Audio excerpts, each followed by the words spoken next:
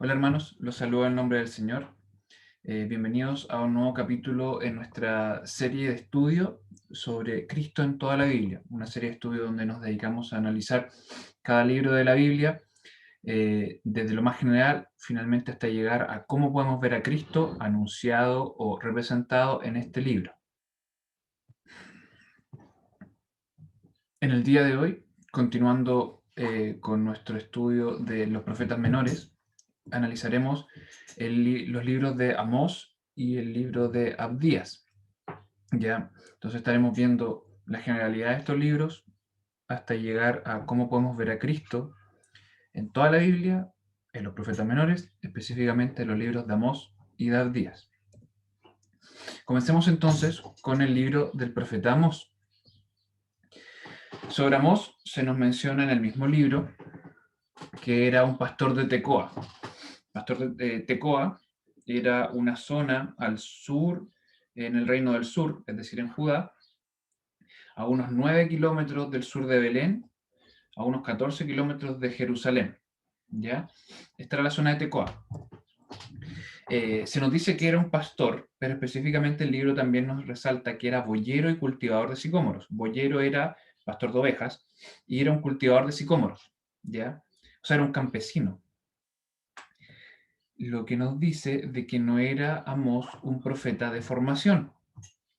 Si bien es cierto, el Señor podía llamar a quien quisiera al ministerio de profeta, como lo hizo con Amós, también en la profecía, el ministerio de profeta tenía una formación, específicamente una formación teológica. De ahí que existan las escuelas de profetas, del cual también ya hay una herencia en el Nuevo Testamento y se menciona. Eh, los profetas tenían formación teológica. Los profetas eran ampliamente conocedores de las escrituras, las memorizaban, las interpretaban, conocían de historia, conocían las doctrinas fundamentales, etcétera, etcétera. Aún así, Amós fue llamado como boyero y cultivador de sicómoros al ministerio de profeta para servir en Israel, es decir, en el reino del norte. Fue llevado de Tecoa al sur a el norte, en Israel. Pese a que no era profeta de formación, no había pasado por esto, sí tenía un amplio conocimiento en historia internacional.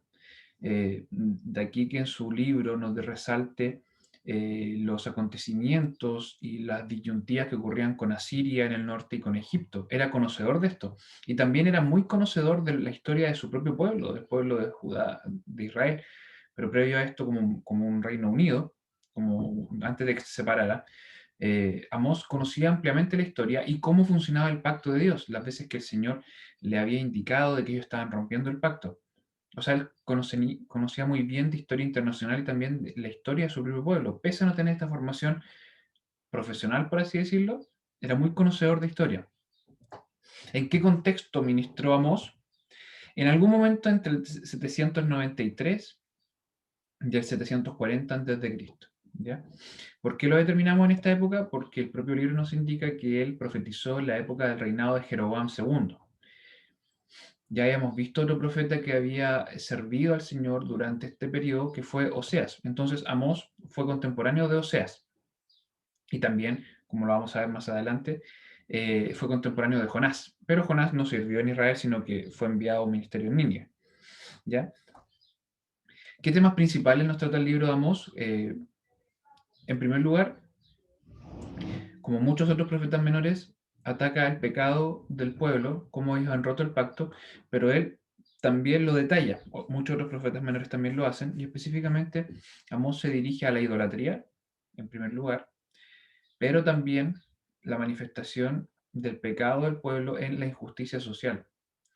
Amós apunta a los dirigentes, a los mercaderes, a los nobles, a cómo han transgredido el orden y la misericordia del Señor, no amando a su prójimo, sino siendo injustos, ya siendo injustos. De esta forma, Amós genera esta dualidad de pecado del pueblo, de idolatría e injusticia social, a lo que él también llama una falsa religión, y violencia, ¿ya? Entonces ellos adoraban al Señor falsamente. Ellos seguían ofreciendo sacrificios, seguían celebrando las fiestas, seguían siendo ritualistas, pero al mismo tiempo eran idólatras. Entonces Amós enfrenta este pecado llamándolo una falsa religión. Y de la misma forma, él acusa eh, a- al pueblo de Israel, al reino de Israel, de injusticia social, lo que él apunta como la transgresión del mandamiento del Señor de no matarás, es decir, no ser violentos, no ser violentos, no caer en violencia, en ira contra su prójimo. Entonces él dice, el pecado del pueblo es una falsa religión y ser violentos entre ellos, es decir, no amarse profundamente como el Señor lo mandó. De esta manera, un tema principal que encontramos en este libro de Amós es el mensaje de juicio contra Israel. O sea, hay un juicio inminente, como ya lo hemos visto en la mayoría de los otros profetas. Un juicio inminente, pero siempre con un llamado final a una restauración. ¿Ya? El Señor igual es fiel a su pacto. Eventualmente habrá una restauración. Hay un paréntesis que debemos mencionar en esta parte, que a diferencia de Judá, del reino del sur, la restauración de Israel solamente tiene su cumplimiento en Cristo, no tuvo un cumplimiento inmediato. Me explico. Judá fue destruido, Judá fueron al exilio, Jerusalén fue destruido, pero luego retornaron del exilio y volvió a instituirse el reino de Judá. El Señor les restauró de esta manera, una restauración somera, porque la restauración final es con Cristo, ¿ya? Como un reino espiritual. Pero Israel al norte, luego de que fuesen llevados al exilio con el imperio asirio, ellos nunca fueron restaurados como reino. Ya Israel nunca volvió a conformarse como reino en el norte. Sino cuando hablamos entonces de restauración final para Israel, no nos estamos refiriendo a una vuelta del exilio, a que Israel se vuelva a conformar como nación. Lo que pasó con Judá, con Israel, no pasó. Sino cuando nos referimos a una restauración final, nos referimos a el cumplimiento en Cristo. ¿Ya? Eso es importante que lo tengamos en mente cada vez que hablemos del imperio del norte, del imperio de Israel. Un bosquejo general, un vistazo general del libro de Amós. Él, en primer lugar, establece un juicio contra las naciones en general, ya oráculos contra las naciones. En primer lugar, contra los enemigos de Israel, ya contra los que han batallado contra Israel, los que han pecado contra Israel. Pero en segundo lugar, también el libro de Amós tiene oráculos contra el pecado de Judá mismo, es decir, el reino del sur, e Israel, el reino del norte. Luego, una segunda sección es mucho más específica, profecías contra Israel, contra el reino del norte, donde Amós ministró. Anuncia el inminente juicio divino, que va a llegar sí o sí, y pese a estos anuncios, Israel persevera en su pecado. ¿Ya? Pese a los anuncios del juicio divino, ellos se mantienen en su pecado. Y Amós concluye esta segunda sección con un lamento y un llamado constante al arrepentimiento, que mediante el castigo se arrepientan, se vuelvan al Señor para que exista una restauración final, realmente se arrepientan de corazón. En tercer lugar, vemos una serie de visiones sobre la retribución divina, es decir, cómo el Señor actuaría, cómo el Señor castigaría, mediante dos juicios. En primer lugar, un juicio que es evitado mediante intercesión, es decir, el pueblo se arrepiente, pero alguien intercede por ellos, un profeta, un rey, etcétera, etcétera, y se media, el juicio es evitado. Pero en segundo lugar existen visiones del profeta Amós sobre un juicio que ya no se puede evitar, un juicio que sí o sí va a ocurrir. Entonces, esta tercera sección del libro tiene estas dos visiones principales. Juicios que se pueden evitar mediante intercesión y juicios que ya no se pueden evitar. Y en último lugar, como la mayoría de los profetas concluye, con una promesa de restauración y bendición final, donde Amós, Dios promete a través del profeta Amós que la dinastía de David será restaurada. Ya sabemos a quién se refiere con esto, lo vamos a ver más adelante, pero es Cristo. Y una bendición final de abundancia, que el Señor cuando le restaure realmente derramará bendiciones sobre ellos. ¿Cómo se manifiesta el carácter de Dios? ¿Cuál es la teología que podemos ver en el libro de Amós? En primer lugar, Amós nos presenta un Dios creador, el Dios creador con todo poder, que hizo a los humanos a su imagen. ¿Ya? Eh, Hemos visto muchas facetas del carácter de Dios en los otros libros de la Biblia, pero aquí se nos resalta el de Dios creador, el que él con mucho amor, preocupación y sobre todo poder creó al ser humano a su imagen. Producto de esto, por derecho propio, creador y señor, es que Dios no tolera la idolatría, no tolera ningún tipo de idolatría. También se nos manifiesta en el libro de Amós un Dios que es soberano sobre todas las naciones. Como ya lo hemos visto en otros libros, sobre todo libros proféticos, el Señor utiliza naciones para castigar a otras.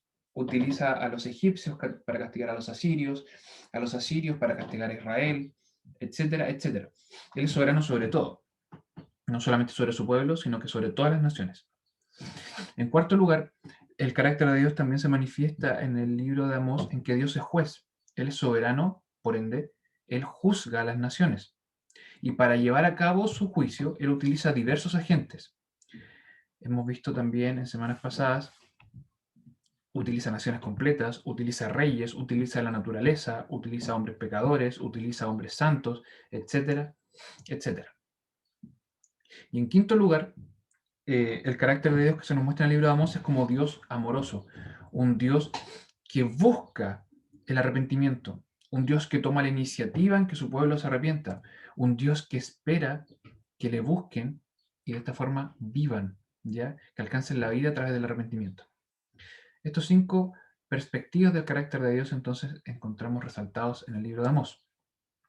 ¿Cómo encontramos finalmente entonces desarrollado la figura de Cristo en el libro de Amós?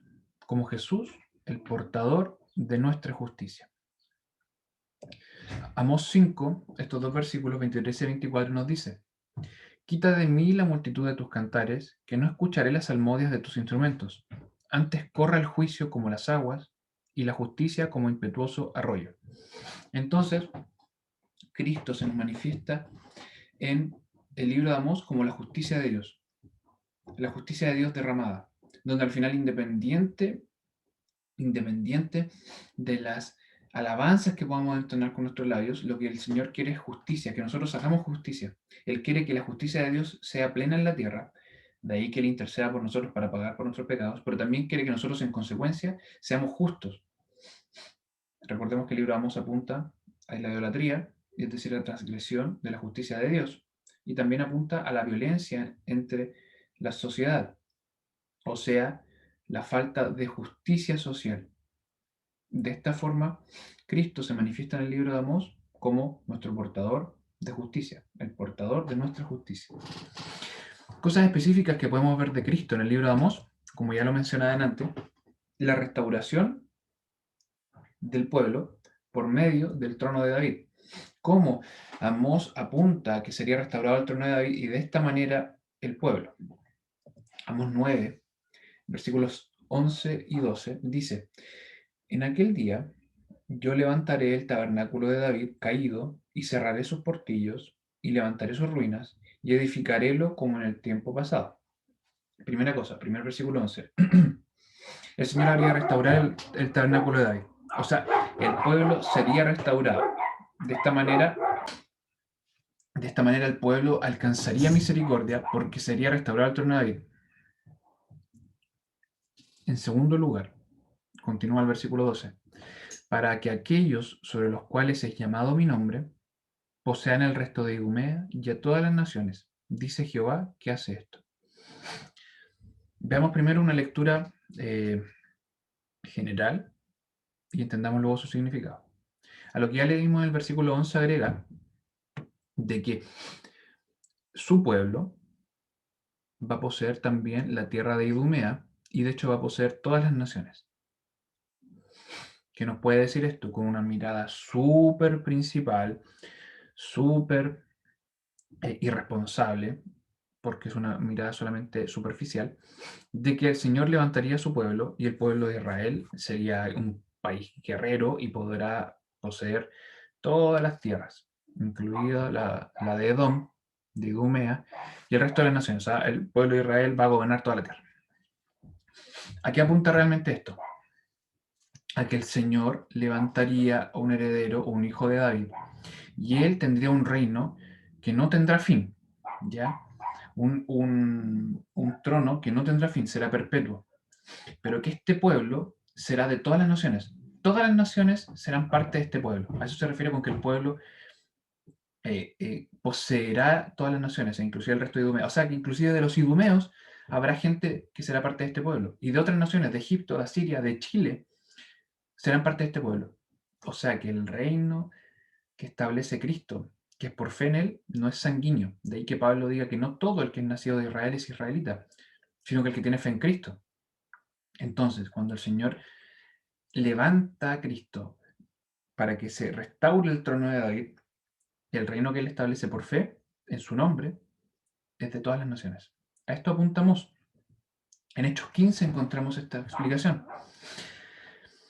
Y después que hubieron callado, Jacobo respondió diciendo, a todo esto, este es el concilio cuando Pablo, Pedro y se presentan en la iglesia en Jerusalén, de la cual Jacobo era pastor.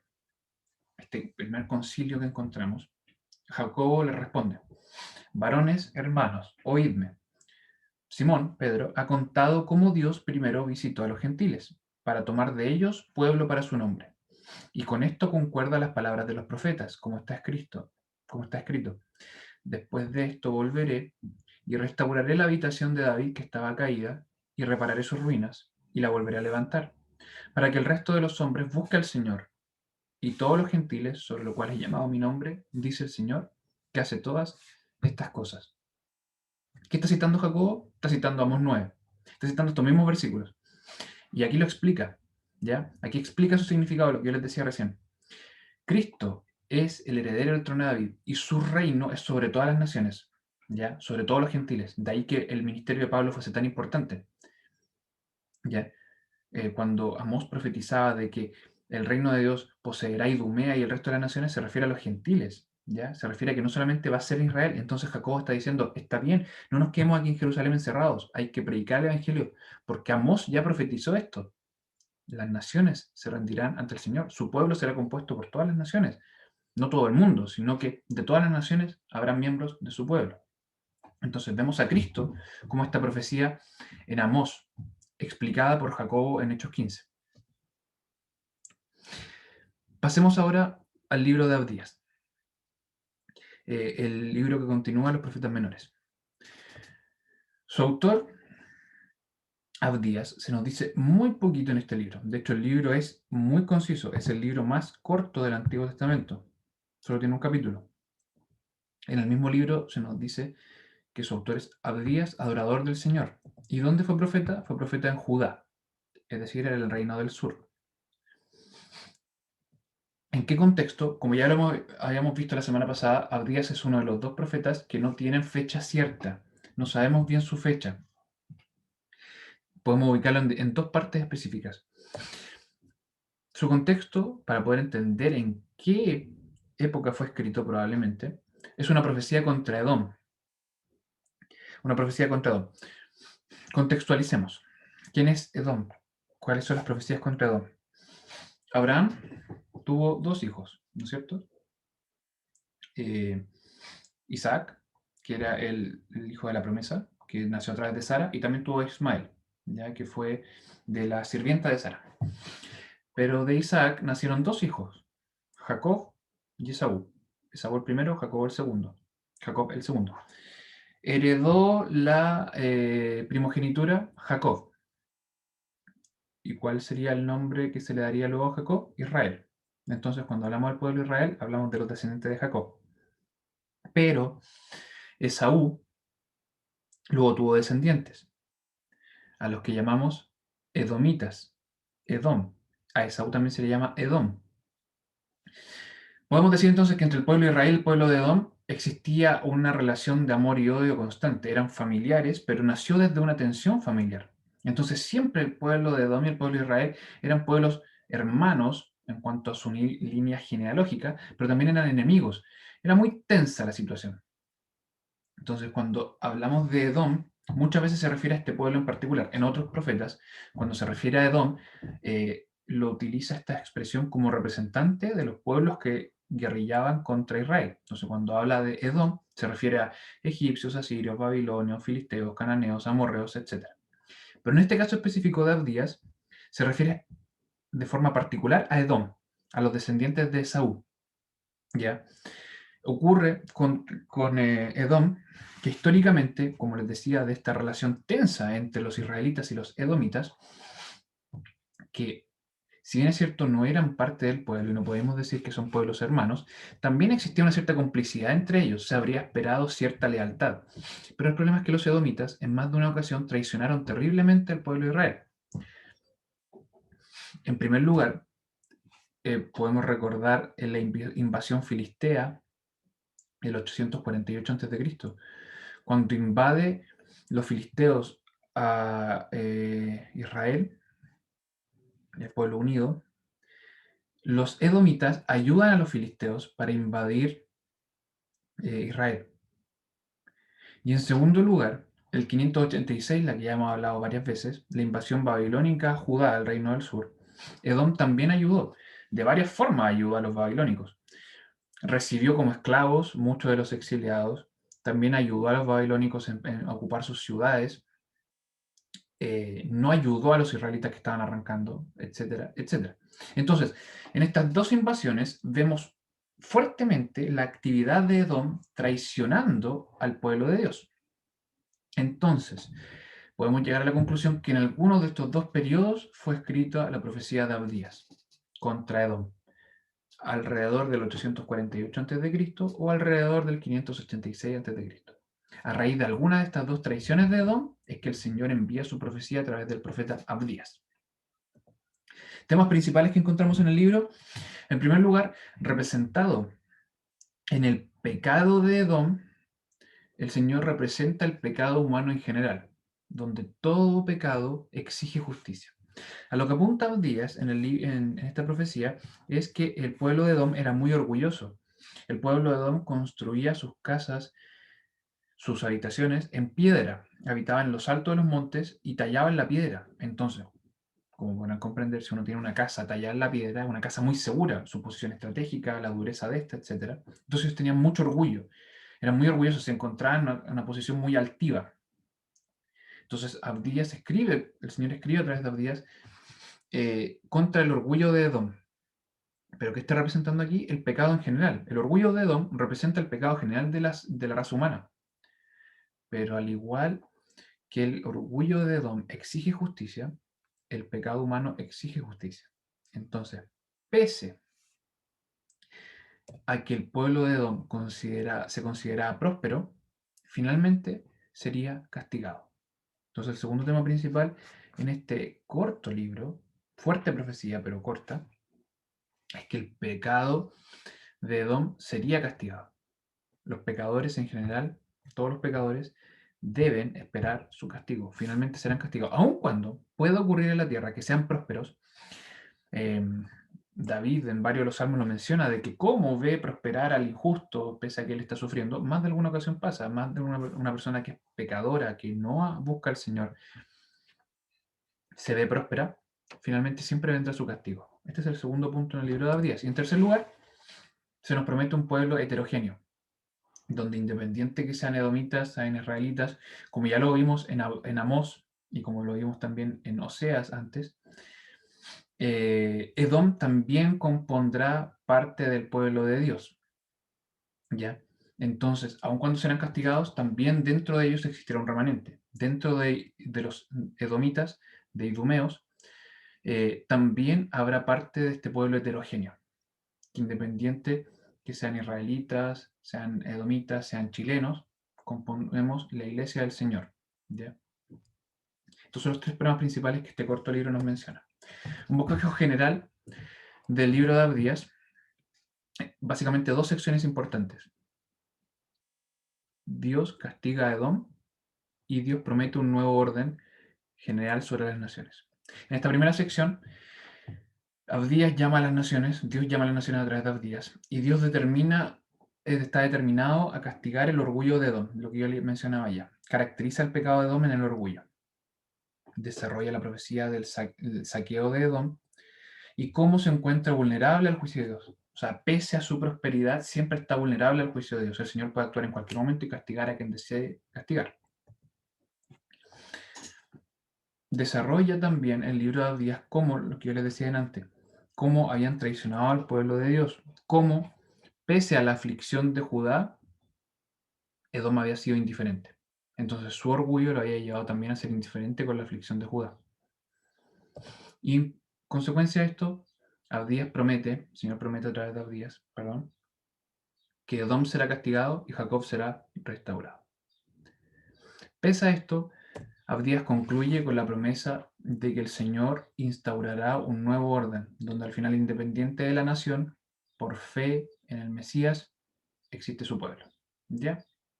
Lo que llamamos la administración del pacto en el Nuevo Testamento. Lo que reveló Cristo, lo que antes se hacía por fe, lo que habría de venir, ya con Cristo mismo se instaura de una manera más visible. La sombra ya encuentra su sustancia, el misterio encuentra su revelación. Dios establece un nuevo orden, que es fe en Cristo independiente de la nación. ¿Cómo se nos revela el carácter de Dios en el libro de Abdías? ¿Cuál es la teología que encontramos en el libro de Abdías? En primer lugar, la justicia de Dios, obviamente. Todas las naciones rinden y rendirán cuentas ante Dios, independiente de la nación, independiente de que prospere, independiente de que sea Israel, independiente de que sea Judá, independiente de su procedencia, todas rinden en la tierra y rendirán cuentas en el juicio final ante Dios. La justicia de Dios siempre será satisfecha por mérito propio o a través de la justicia de Cristo, si somos parte de su pueblo escogido. En segundo lugar, el carácter de Dios se nos revela, como ya lo hemos visto en muchas otras partes del Antiguo Testamento, la soberanía de Dios. Dios determina los agentes para efectuar siempre sus propósitos, siempre, porque Él es soberano, no pide permiso a nadie y no depende de nadie. Utiliza a Edom para castigar a Judá. Judá es su pueblo, pero aún así utiliza a una nación pagana para castigar, porque Él es soberano, Él así lo decide. Pero luego también, como demanda justicia, utiliza a los nabateos y más tarde a los romanos para castigar a Edom. Él es soberano, lo utiliza a las naciones, a los reyes, a la naturaleza, al pueblo de Dios, al pueblo pagano, a quien sea, para llevar a cabo sus propósitos. Y en tercer lugar, Dios, pese a su castigo, digo pese, aunque siempre concuerda, pero aparentemente para nuestra mente humana aparecen contradicciones, a través de su castigo, el Señor es fiel a su pacto. Dios fiel a su pacto y promete restaurar a su pueblo. Pese al castigo, Él es fiel y no los abandonará para siempre. Entonces en el día encontramos la justicia de Dios, la soberanía de Dios y la fidelidad de Dios resaltada en estos pocos versículos. ¿Cómo vemos a Cristo en el libro de Abdías? Como nuestro juez justo. Abdías 1.15 dice, porque cercano está el día de Jehová sobre todas las gentes. Como tú hiciste, se hará contigo. Tu galardón volverá sobre tu cabeza. O sea, Abdías nos anuncia el día de Jehová, el día de Dios, el día del juicio. Y dice, en ese día habrá justicia. ¿Y en quién caracteriza esta justicia? Como ya lo veíamos en el libro anterior de Amós, Cristo. Cristo es nuestra justicia, Cristo es nuestro juez. Hablemos de un punto importante en el libro de Abdías, que es el día del juicio. Capítulo 1, versículos 10 y 15. Dice, por la injuria de tu hermano Jacob te cubrirá vergüenza y serás talado para siempre. Porque cercano está el día de Jehová sobre todas las gentes. Como tú hiciste, será contigo. Tu galardón se volverá sobre tu cabeza. O sea, le dice a Edom, producto de tu pecado contra Jacob, serás talado para siempre, o sea, serás condenado eternamente. Porque cercano está el juicio de Dios sobre todos. La justicia de Dios se hará siempre. ¿Ya? Entonces anuncia un día donde todos rendirán cuentas ante Dios. Y no será una maldición perecedera, sino que será talado para siempre, o sea, un castigo eterno, prometiendo el día del juicio final. Pero, o sea, a más de esto, se nos dice en Hechos 10, 42 y 43. Y nos mandó que predicásemos al pueblo y testificásemos que Él es el que Dios ha puesto por juez de vivos y muertos. A este han testimonio todos los profetas de que todos los que en Él creyeren recibirán perdón de pecados por su nombre. Aquí en Hechos se nos está hablando de Cristo, en el capítulo 10. Y se nos dice de Él que Él es el que Dios ha puesto por juez de vivos y muertos. O sea, Cristo es el juez que nos ha de juzgar en el juicio final. Cuando en Abdías se promete que sobre los idumeos, sobre Edom y sobre todas las naciones habrá un juicio, y sobre este juicio habrá condena eterna, ¿Quién será este juez? En Hechos se nos dice Cristo mismo. Entonces Abdías nos apunta al día del juicio, cuyo juez es Cristo. Se nos prefigura en el libro de Abdías a Cristo como el juez del día del juicio. De esta forma podemos ver en estos breves libros a Cristo representado siempre. En el libro de Amós lo encontramos como Jesús, el portador de nuestra justicia, y en el libro de Abdías lo encontramos como nuestro juez justo. Dos libros proféticos que apuntan de forma general a lo mismo: el carácter justo de Cristo e impartidor de justicia.